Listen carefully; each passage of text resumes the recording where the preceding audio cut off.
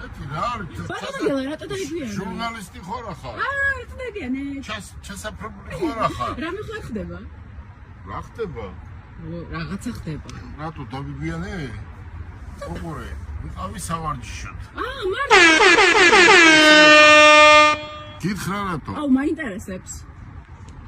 ციხეში რო ვიყავი. დიახ. ჩემს კამერაში ერთი სომეხი იჯდა. და ამან რაღაცა განაბეტანი გაატრაკა და მეუთხარი კედელზე დადექი და 3 დღე იდგა კედელთან.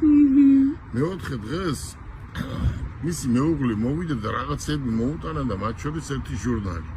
და კითხულობს ჟურნალს, კითხულობს და მეუთხარი ბიჭო, ცხოვრებაში რო არასდროს არ წაგიკითხია, ახლა რა წერია ისეთი მეცი და რაღაცა ესე ამოუხაზია წითელი პასტით. მე კიდე პირველზე წევარ ესე წამოწოლი ფაშისტების იმაში, ლოგინში.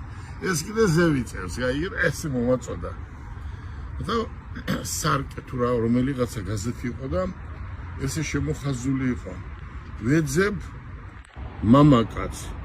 უზრუნო ყოფილი ვარ ყველაფერი. წყენეთი, თბილისი, მანქანა, თბილისი ექიმი იყო. ყველანაირად უზრუნო ყოფილი ვარო. და ვეძებო მამაკაცო. მაგრამო არ გამომეხმაუროსო. ღიპიანი და წყნეთში ვიყავი სავარჯიშოდ, რომ დავიკლო.